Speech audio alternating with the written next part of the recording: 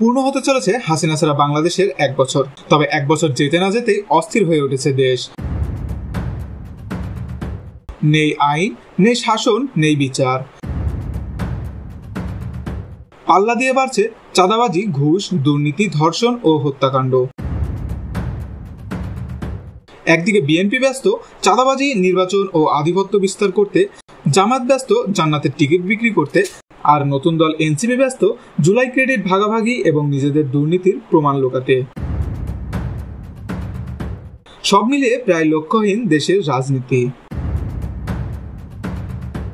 অপরদিকে দেশের ওপারে চুপচাপ বসে নেই শেখ হাসিনা, সারা দেশে অ্যাক্টিভ হচ্ছে আওয়ামী লীগ। দেশের এই অস্থির পরিস্থিতিকে আরো অস্থির করে তুলছে ছাত্রলীগ। ইতিমধ্যেই দেশ জুড়ে বেশ মব সৃষ্টি করে চলেছে আওয়ামী লীগ।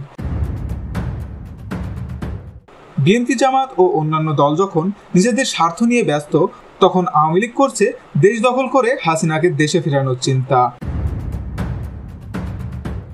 দেশের সার্বিক দিক বিবেচনা করে বিশ্লেষকরা বলছেন দেশে আবারও একটি অভ্যুত্থান হতে চলেছে। এখন প্রশ্ন এসে যায়, তবে কি এই অভ্যুত্থান হবে আওয়ামী লীগের?